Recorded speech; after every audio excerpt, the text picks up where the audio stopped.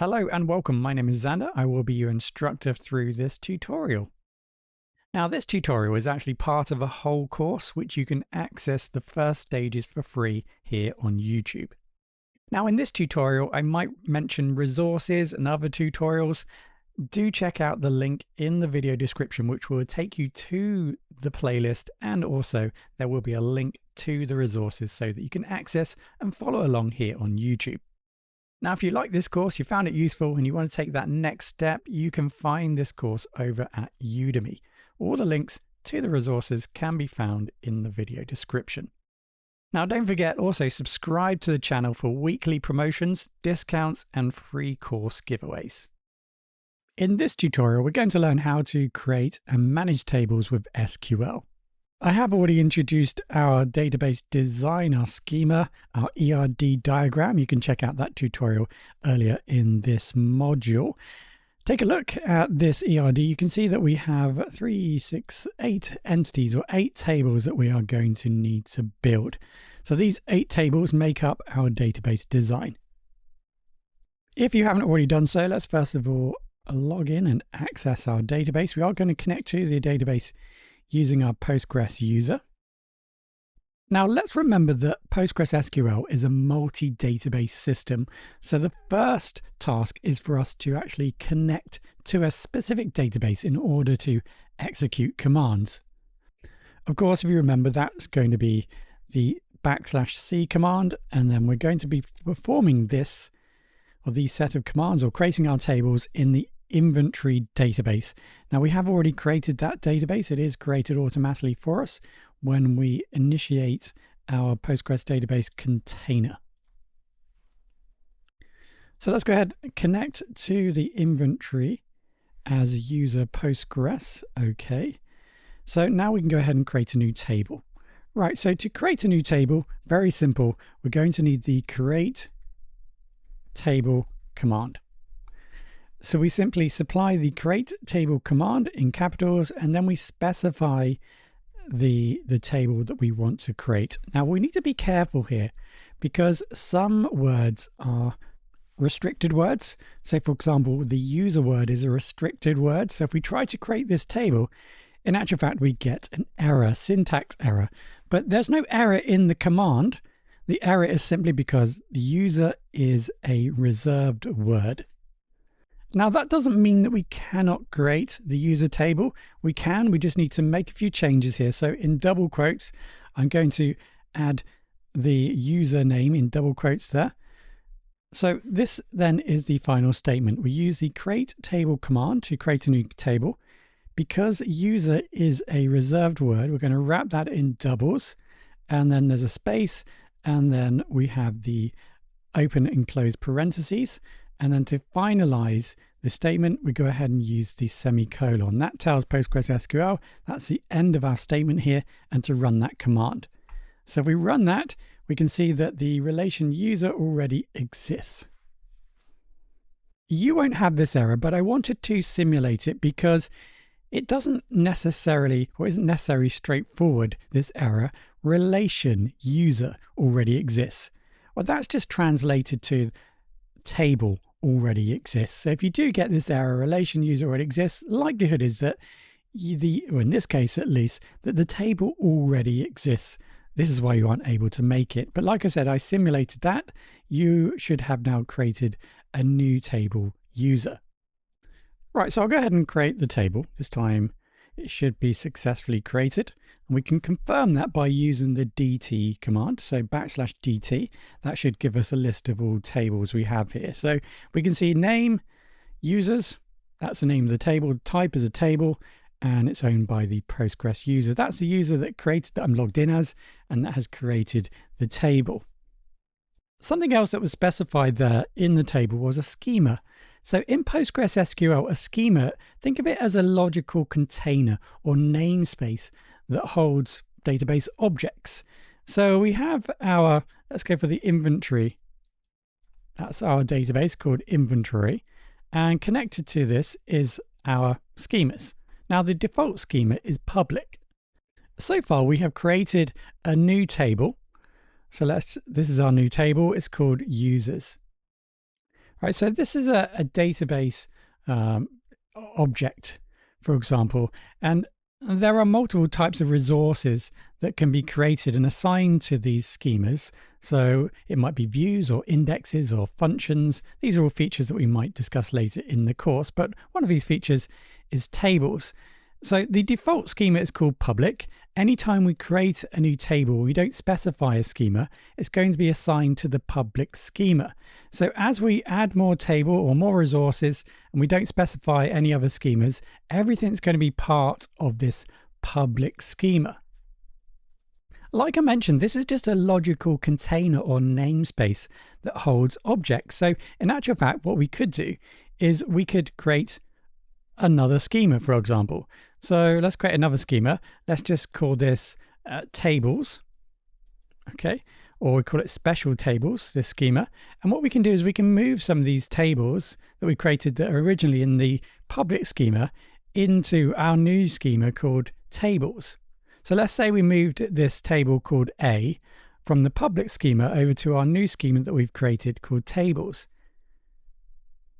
So schemas help separate data and objects in a way that allows us to better manage permissions, roles, and access to those resources. So in this example, we've moved this table A over to this new schema, and that means we can then, for example, find another role. Let's say we've got this user called user A, or this role called user A. They may be allowed access to these tables, but they're not allowed access to the table schema. So we can set up different permissions based upon the fact we've now logically separated these different database resources into multiple schemas. So schemas in PostgreSQL are containers or namespaces for database objects like tables, views, functions, and so on. Schemas help us organize objects. It improves access control and prevents naming conflicts. So the default schema in PostgreSQL is public. That's what we're going to be using throughout this course, but you can add additional schemas as needed. So whenever you see the public schema, it refers to a container or namespace where we assign objects to. Right, so as and when we get deeper into building fields, we will find that we can go a step deeper and find more information about these tables using the \d. So at the moment, we don't have any resources or any fields connected to the users table, but eventually we will have, so we'll utilize that command. But for now, let's just go ahead and drop the table. So to drop a table, we specify the drop table command and then specify the name of the table. Don't forget the semicolon at the end. It's very easy to remember that. Forget that, sorry. Remember, if we do have a dash hash, that's generally because you probably have run a command and you haven't executed it, haven't finished it with a semicolon. So that should now drop the table. We can then go ahead and inspect, and you can see now there are no more tables, or there are no tables now in our database. We haven't finished, but let's just recap at this point. We've now learned how to create and delete a table. So now we're going to create the tables that we have specified here within our ERD, our database design, our database schema. What we need to be careful of here is that we try to avoid any reserved keywords, and user, order, these are probably going to be reserved words. So if I try to create the order table, notice that we get an error.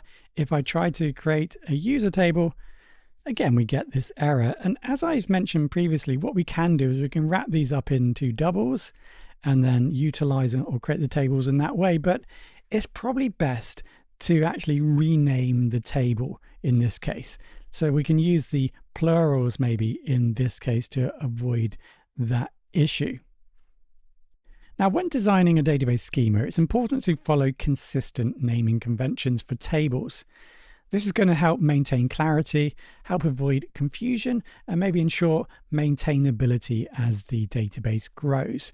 So a table represents a collection of records, and using plural makes it clear that the table holds multiple instances of the entity. So here the user table is going to hold multiple users. So it may be better suited to use plurals in that case. Now, I'm going to follow my own convention here. Category is going to be singular. So I'm not going to be pluralizing category. Products, I'll change the product table to products. The table is going to hold multiple products. Product, promotion events. So I'm going to pluralize that. That's a linked table. We've got promotion events. Okay, and stock management is going to be singular. So other than that, we have the order product table. So I'm going to order products. I'm going to make that plural as well. And that just adds some consistency with the naming. So I have gone ahead and updated the names of the ERD entities that we've defined here within our database design. Right, so all we need to do now is to paste them in, make sure we've created them all, and then we can just go ahead and inspect to make sure that they are created. So remember, that's the DT command. Let's bring the terminal up so we can view. There we go. So we have now 8 rows, 8 tables, which represent the tables that we defined in the ERD. In this course, we're going to work step by step, adding the different resources into our tables. Eventually, what we can do is create what you can see here, a full statement related to a table that we want to build, including all the resources that we want to create. But like I said, we're going to work step by step and work towards creating what you can see here for every single table. What you may have also noticed is that when creating tables, we use lowercase and also snake case when we want to use multiple words. So you can see here in the linked tables, we have all lowercase and each word is linked via the underscore. You also want to try and avoid using any special characters, spaces, exclamation marks, hashtags, and so on. Spaces can cause issues in SQL queries, so stick to letters, numbers, and underscores. As you start to work with different databases, what you might find is that some databases that you work with, tables will have prefixes. Imagine you were building a large system. Grouping tables based on features or domains can make it easy to understand the purpose and relationships of a table. So imagine there was multiple category tables for different components of an application. Here it might say, for example, user category, and then we may also have, for example, a product category. So there may be different tables which utilizes prefix, like I said, to help make it easier for you to understand the purpose and relationship of tables. It might be that you're building, for example, an inventory application. So it might be that you actually prefix all your tables with the name to identify the table to an application that it is connected to. In this course, we're going to keep it nice and simple and create singular, non-prefixed table names. Hopefully that will make it easier for us to follow along and work with our tables. Here's a summary of good practices for naming tables, most of which I have already mentioned. Getting it right at the start is beneficial, but it doesn't mean that you can't make changes later on in the development lifecycle. The later you leave it to make changes to, for example, table names, it just means that the harder it might be, or potentially the more work it's going to be to make those changes. Because if you change a table name, potentially you'll need to change all the queries related to that table. In this tutorial, we learned how to create and delete tables in our database. We learned that there are reserved keywords that we want to try and avoid really when naming tables. And when designing database schemas, it's important to follow consistent naming conventions for tables.